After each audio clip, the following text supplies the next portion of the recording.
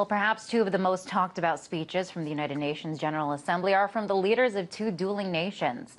That's Israeli Prime Minister Benjamin Netanyahu and Iranian President Mahmoud Ahmadinejad. Of course, Netanyahu had that unforgettable cartoon bomb with a clear red line drawn.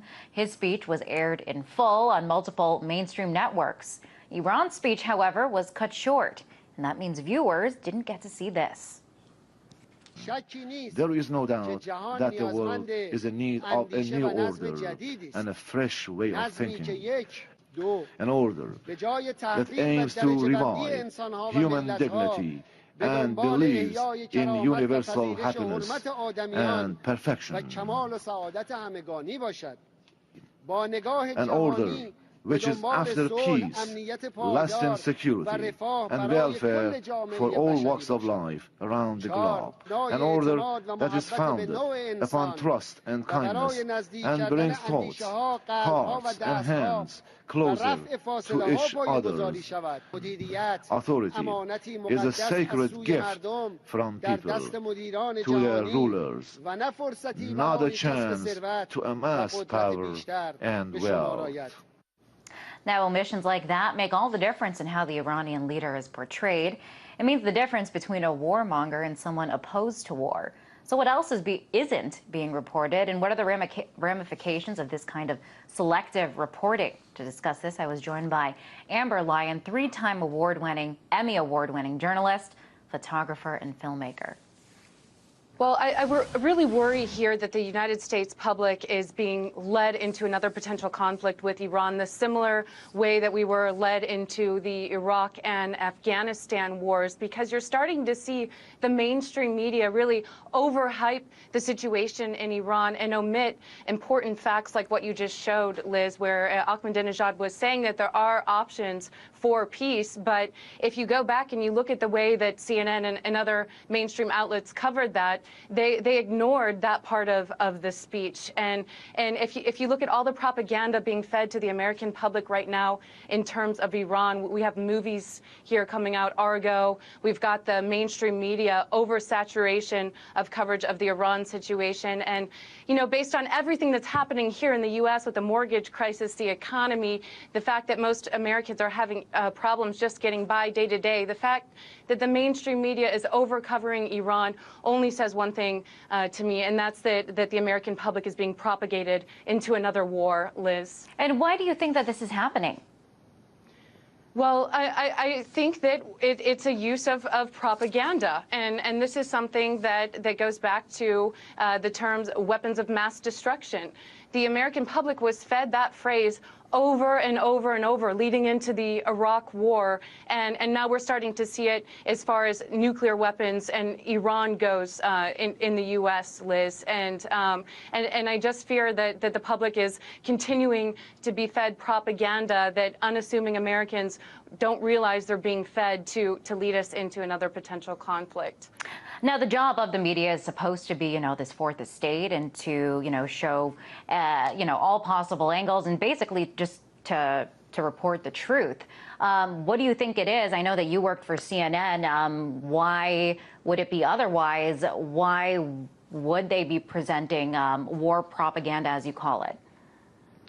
Well, I really can't speculate as to exactly why this is going on, but I can tell you that when I was working for CNN, we did have a documentary that we aired on the Bahrain situation, and that's where we have our naval base, which is right across from Iran, so we strategically want to keep that naval base, and it was very difficult to get stories on about Bahrain. I even came out a couple weeks ago talking about the censorship of that documentary on CNN International. And above all, Liz, I feel that the American public is not being fed the true story about what's going on in this region, and it's very dangerous, because when the public is constantly fed messages that are potentially leading us into a war that may not be necessary, it's not fair to the American people, and it's not fair to journalism, because the truth isn't being told here. What's being told here is the way that these networks networks want to spin the truth,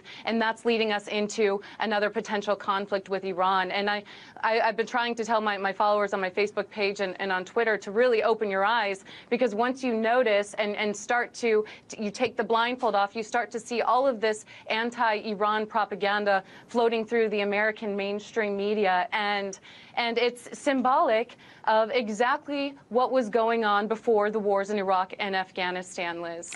Now, we do have a clip of this documentary that you filmed. Want to take a look at it, and then we'll talk more about the documentary and the way CNN reacted to it.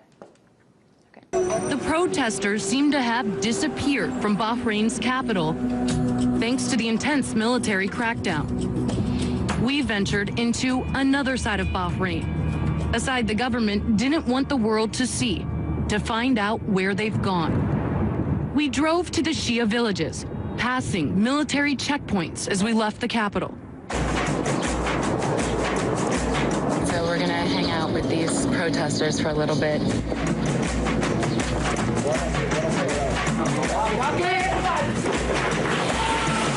This is what the protests look like today. Young boys who've been hit with tear gas. Now, the documentary that we just saw a clip of never aired. It never aired on CNN International. Why not? Well, I still haven't been given an exact reason as to why it didn't air. I went and visited with the president of CNN International, Tony Maddox, twice on behalf of my dumbfounded crew, and we were never given an answer. And so I started investigating the situation, Liz, after several employees who'd been at the network for years approached me and said, you need to look into this. There's something going on. It's very strange they're not airing your documentary. And after some investigation, we found out that CNN International is actually making money from the Bahrain regime. They are a customer of Bahrain. Bahrain is paying CNN International to create content that shows Bahrain in a favorable light, and then air, also not only to create that content, Liz, to then air that content on CNN International. And in one of the shows, it was called I List Bahrain. It was back in 2010. It was sponsored by Bahrain. And Richard Quest was live from the country for a week talking about the Formula One race and how progressive Bahrain was and how the Crown Prince was a reformer. Well, we saw in February 2011 that under the Crown Prince's rule, the military troops shot and killed unarmed protesters in broad daylight. And this is very dangerous, because what CNN is doing, and they're not only taking money from just Bahrain, they've also produced similar content for Georgia, Kazakhstan, and other nations as well, Lebanon.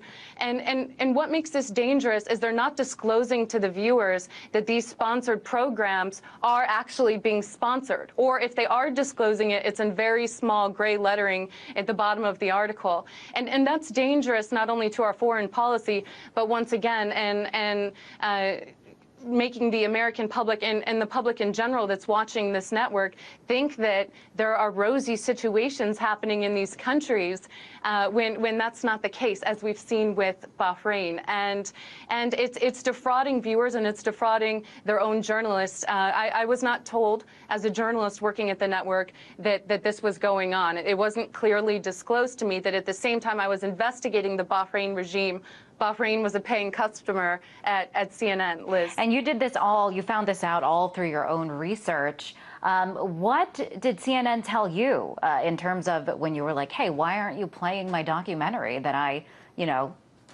risk danger and to bring this story? And what did they tell you as to, why they weren't playing it?